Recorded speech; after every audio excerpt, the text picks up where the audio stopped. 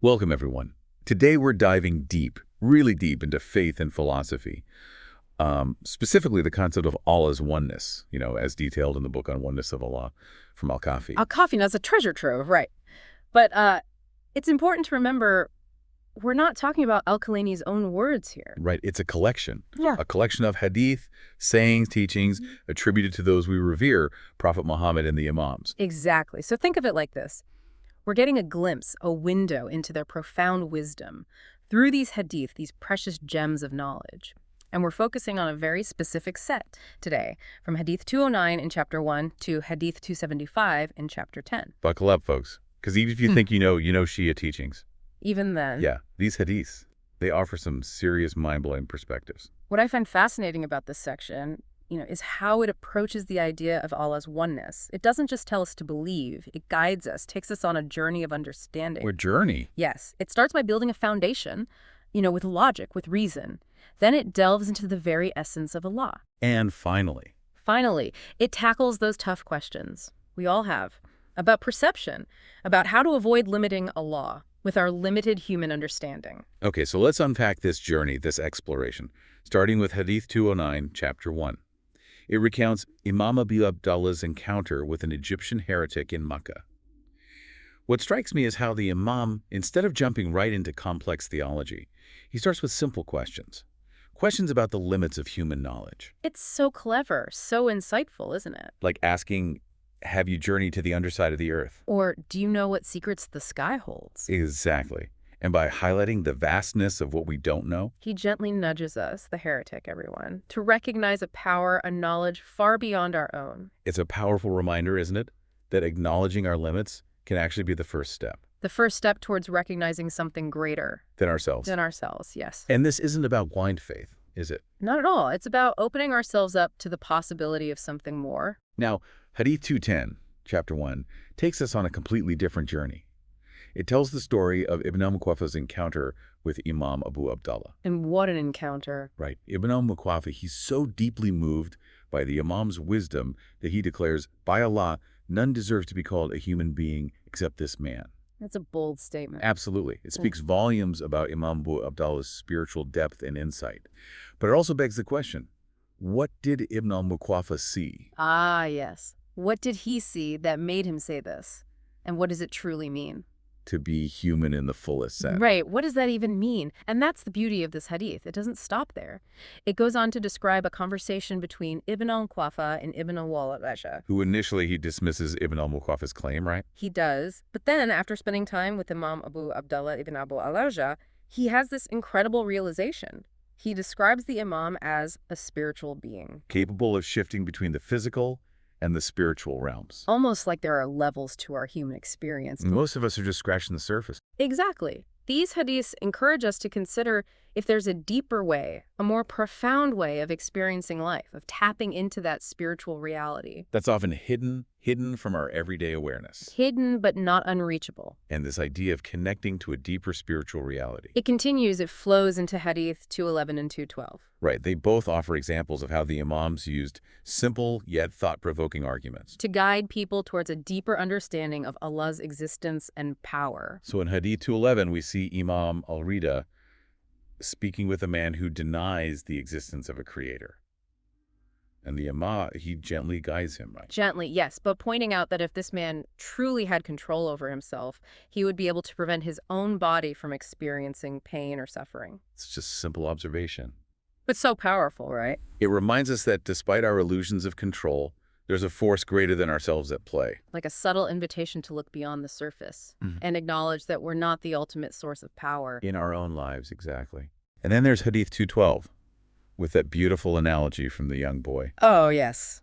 The egg. He compares the world to an egg, pointing out its intricate design, the delicate balance of its contents, and the clear evidence of a creator. It's such a simple illustration, yet so profound. Showing how creation itself points towards a divine designer. This hadith highlights how sometimes the most profound truths can be found in the simplest observations. Reminding us to pay attention to the world around us, to marvel at its intricate design. And to let those observations guide us toward a deeper understanding of Allah. And it's this focus on understanding, on moving beyond blind faith, that truly sets this section of Al-Kafi apart. It's not just about accepting Allah's existence, right? It's about embarking on a journey to truly grasp his essence. Which honestly sounds like a pretty daunting task. It can be, yes. How do you even begin to define something that's beyond human comprehension? That's the beauty of these hadiths. They don't try to offer a rigid definition. Instead, they guide us through a process of elimination. Eliminate. Yes, helping us understand what Allah is not,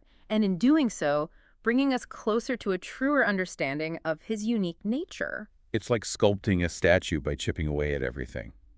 That isn't the final form. A brilliant analogy. And that's precisely what we'll be exploring in the next part of our deep dive, as we delve into how the Imams tackle the challenge of defining Allah without limiting him. Without limiting him through human language and comparisons. Exactly. You know, it's amazing how these hadith, they address our human need to define things, to categorize everything. You know, we want to put things in boxes. But when it comes to Allah, that just doesn't work. It's like trying to fit the ocean, the vast ocean, into a tiny teacup. You're bound to lose something essential in that process. Yeah. So how did the Imams, how did they guide us away from these limited ways of thinking? Well, let's look at Hadith 215 from Chapter 2. Imam Abdullah A.S. tackles this head on. He confirms, yes, we can think of Allah as a thing. As a thing. But not in the way we usually understand things. Yeah. So are we being asked to expand our very definition of what a thing can even be? Exactly. The Imam is emphasizing that Allah is beyond, truly beyond our limited understanding. You know, we can't confine him to our human categories or comparisons. It's just not possible. And this leads us to a very important concept, a crucial concept in Islamic theology, tanzi. Okay, tanzi. Now, I've heard that term before, but maybe for our listeners who aren't as familiar, could you unpack it a bit? What does tanzi actually mean? Of course, of course. Tanzi essentially means the absolute transcendence of Allah. Beyond any human comparison or any limitation, it's about recognizing that Allah is utterly unique, unlike anything in our experience. So we're being cautioned, warned even, against trying to create a mental image of Allah or attributing qualities, human-like qualities to him. Precisely. We have to move beyond those limitations. And this idea is reinforced, strengthened throughout the next few hadith. You mean like hadiths 216, 217, 218, and 219? Yes. All of those, they emphasize the importance of avoiding anthropomorphic descriptions of Allah. You know, we're being guided away from thinking of Allah in physical terms. No image, no form, no limitations whatsoever. It's a complete shift in perspective, isn't it? Instead of trying to fit Allah into our existing mental framework, we're being asked to expand that framework to accommodate something entirely different. Absolutely. And this raises a really important question, a crucial one. If we can't use comparisons, how do we even talk about Allah? How do we begin to describe something that defies all description? It's mind-boggling, isn't it? It is, and this is where Hadith 220 from Chapter 2 gets really interesting. This is the hadith that grapples with the challenge of language, right? The limitations of words. Exactly. It highlights a fundamental paradox. We have to use words to talk about Allah, but those very words are inherently limited. They'll always fall short. But the Imam, he provides a crucial insight. He explains that when we talk about Allah's attributes, like his hearing and seeing, we're not talking about physical senses like ours. So when we say Allah hears or sees, it's not in the same way that we hear a sound or see an object. Precisely. The Imam makes it clear that Allah's attributes, they operate in a way that's beyond our comprehension, truly beyond. It's a reminder to look beyond the literal interpretations of words, you know, and embrace the deeper meaning, the essence behind them. It's like trying to describe a color you've never seen before. You can use words, you can try, but they'll always fall short of capturing the true essence of that experience. That's a brilliant way to put it, and it highlights a key takeaway for all of us, for our listeners. When trying to grasp the divine, the concept of Allah, we have to acknowledge the limitations of our language and embrace the mystery, the awe-inspiring mystery. It's a humbling thought, isn't it? And it leads to an even deeper question. If we're not supposed to define Allah in human terms, how do we even begin to approach an understanding of his essence, of who he is? Well, luckily these hadith, they offer some guidance on this very question. They do. And it starts with a profound statement, a very profound statement from Imam Ali, A.S., in Hadith 222, Chapter 3.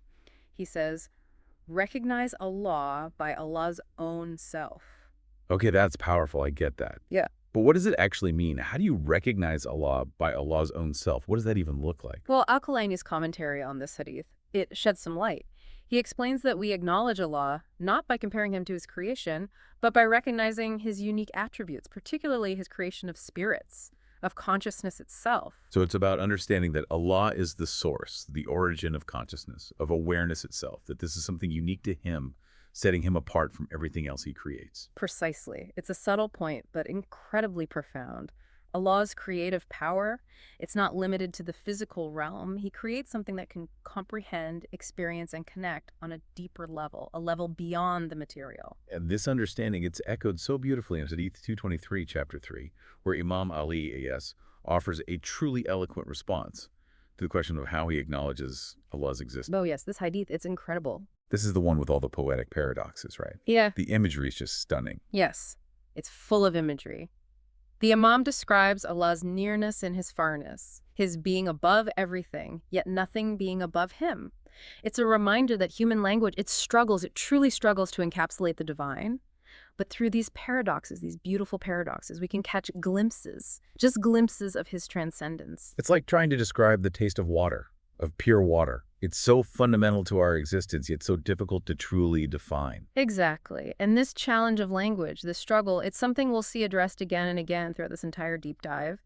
But even as we acknowledge the limitations of our words, these hadith, they also offer guidance on the essential elements, the key elements of acknowledging Allah. You're talking about Hadith 224 and 225 from chapter 4, right? The ones that emphasize Allah's all-encompassing knowledge and his absolute will. Yes. Those are the ones. It's not enough to simply say Allah exists. True acknowledgement, true understanding. It requires understanding that he is the source, the origin of all knowledge, and that his will, it governs everything. Absolutely everything. So we're progressing from a basic acceptance of a creator to a deeper recognition of his attributes and his role in the universe, in creation itself. Precisely. And this brings us to a really intriguing section, a fascinating one, chapter 8, which deals with the prohibition of asking how when it comes to Allah. Wait, so we're not supposed to ask how, but isn't that the whole point of inquiry? Of seeking knowledge, of trying to understand? It's not about discouraging inquiry, not at all. It's about recognizing that there are certain questions that our human minds, they're simply not equipped to answer. It's about understanding that trying to grasp Allah's essence through the lens of how it can lead us down a path of confusion, not enlightenment. So it's not that we shouldn't be curious, right? But our curiosity should be guided by an awareness of what we can and cannot grasp with our limited human minds. Exactly. We have to be aware of those limitations. And Hadith 242, it gets right to the heart of it. It states that speaking about Allah's essence, about who he truly is, it only leads to confusion, not enlightenment. It's far more beneficial to focus on his creation, to look outward, to observe. So instead of getting bogged down in those abstract questions, those how questions, we should look at the world around us and contemplate the wonders of nature, the complexity of life. That's where we'll find glimpses, real glimpses of Allah's greatness. Precisely. And Hadith 246, it takes this a step further. It states that thinking about how and when in relation to Allah, it's a path to doom, a dangerous path. Now, this isn't about a literal doom, of course, but a doom of the intellect, a stagnation of understanding. It's a path that leads to endless frustration and ultimately a failure to truly grasp the essence of Allah. And then there's that fascinating anecdote in Hadith 247 about the confused king, the king who dared to discuss Allah's self in his court. Oh, yes, that story. It's a powerful reminder, isn't it? It really drives home the point that certain topics, certain questions, they're simply beyond our capacity to comprehend, to fully grasp. That story serves as a powerful reminder, a humbling one, that even those in positions of power, even those who might consider themselves intellectually superior, they're still subject to the same limitations. When it comes to understanding the divine, the nature of Allah, it's a humbling reminder for all of us, no matter who we are. It's a great equalizer, isn't it? No matter how much we learn, how much we study, there will always be mysteries that remain beyond our grasp, beyond our understanding. And perhaps that's part of the beauty of faith, the acceptance that there are things we may never fully understand, never fully grasp. But it also raises a crucial question. If we're not supposed to ask how in our language, our very words are limited, how do we even begin to connect with something so far beyond our grasp? How do we bridge that gap? That's where we move into a truly fascinating discussion, a very important one, about perception, about the limitations of our human senses. Because while we may not be able to grasp the how of Allah, these hadith, they suggest there are other ways of knowing, other ways of seeing that can bring us closer to an understanding of the divine, of his presence. So we've talked about, the limits of language. Yeah. and the pitfalls of asking how when it comes to Allah. But what about our senses? What about our most basic human sense? Can we actually see Allah? I mean, this is where the whole concept of ruya comes in, right? The idea of seeing Allah. And it's something that's generated so much discussion, so much debate. It has, definitely. And these hadith, they offer some really profound insights into this complex issue. You know, Hadith 252 from chapter 9, it presents this really interesting exchange, a dialogue between Yaqub ibn Ishaq and Imam Abu Muhammad al-Askari, AS, about seeing Allah, about this very question. And the Imam, he clarifies that Allah is too exalted, too magnificent to be seen with our physical eyes, with our limited human vision. He even states that Prophet Muhammad, SAW, only saw the light of his greatness, and he saw it in his heart, not with his physical eyes. So it's suggesting that true seeing, when it comes to Allah, it goes beyond, it transcends physical sight. Yeah. It's about something deeper, something more. Exactly. And this concept, it's further emphasized in Hadith 253, chapter 9, which features Imam Abu Hassan al-Rida's AS refutation of the claim that Prophet Muhammad, SAW, actually saw Allah with his physical eyes. You see, this hadith helps to clarify those Quranic verses that on the surface, they might seem to suggest that the Prophet physically saw Allah, but it explains that what the Prophet saw was not Allah himself, not directly, but rather he saw the greatest signs of his Lord. So it's about understanding the context, the deeper meaning behind those verses, right? Yeah. Not just taking them literally. Exactly. It's about going beyond the surface. And Hadith 254, chapter 9, it builds on this.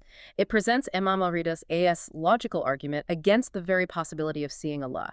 He argues that if we could see Allah, if that were possible, it would imply that he can be fully known, fully defined. And that contradicts the very concept of faith, of believing in something beyond our full comprehension. If we could fully comprehend Allah, there would be no need for belief, no room for mystery or wonder.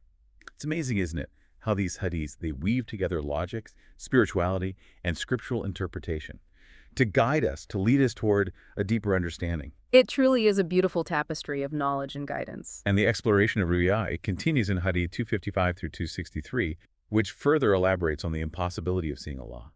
With our limited physical eyes, these hadith, they highlight those limitations, the limitations of our senses. And they introduce this really interesting concept of perceiving Allah through the reality of faith and the aham of the heart. Aham, yes. That's a key concept here. We touched on it briefly earlier, but I think it deserves a bit more exploration, especially in this context. Could you elaborate on what aham actually means, for our listeners? Of course. Aham refers to a kind of intuitive perception, a deeper understanding that goes beyond our five senses. It's not about seeing with our physical eyes, but rather perceiving with our hearts, with our very essence.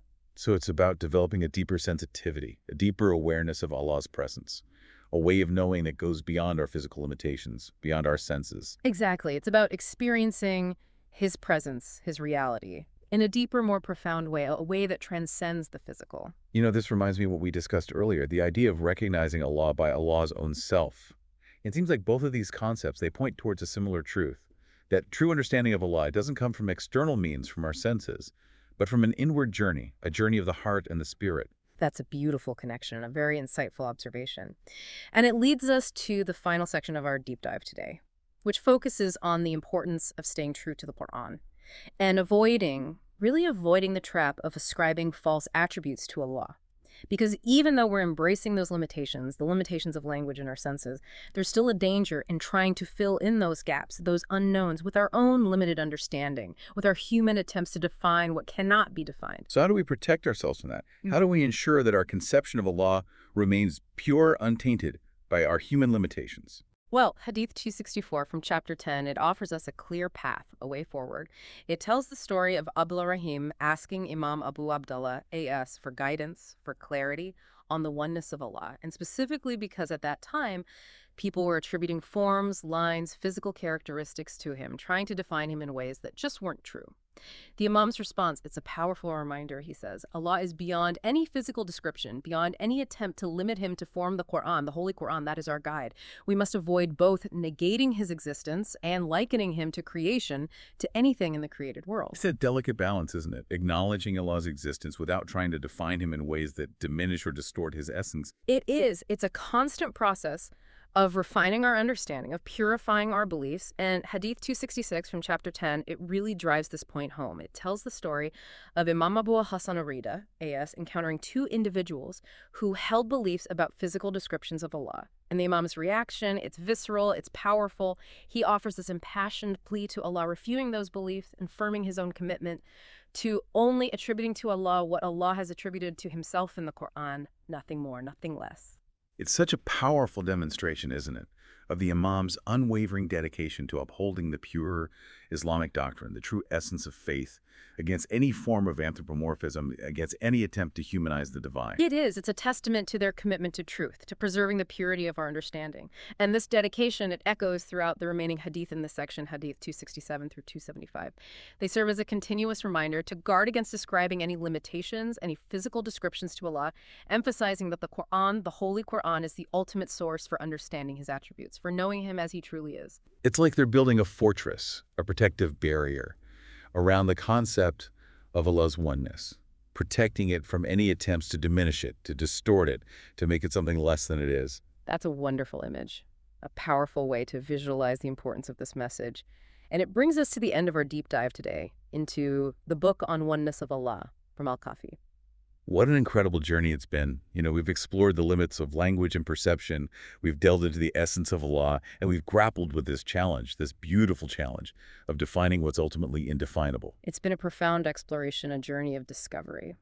So as we wrap up, what does this all mean for us? What have we learned from exploring the wisdom of the Prophet and the Imam? I think we've been reminded that understanding Allah's oneness, it's a journey, a lifelong journey of both the mind and the heart. It's about embracing logic and reason while acknowledging the limits of human comprehension, recognizing the mystery. It's about understanding that Allah is beyond our ability to fully grasp, to fully define.